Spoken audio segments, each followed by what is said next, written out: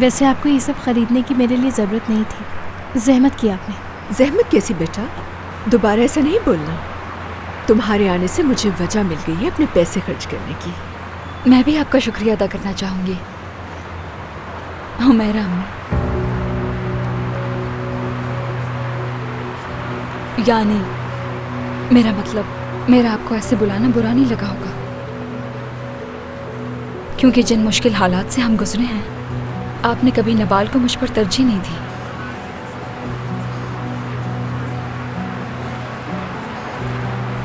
नहीं अनम बेटा, तुम्हारा जो दिल चाहे बुला लो मुझे। ठीक है, अगर नवाल को एतराज़ नहीं। क्या हो गया है ना, तुम्हारा जो दिल चाहे तुम कहो।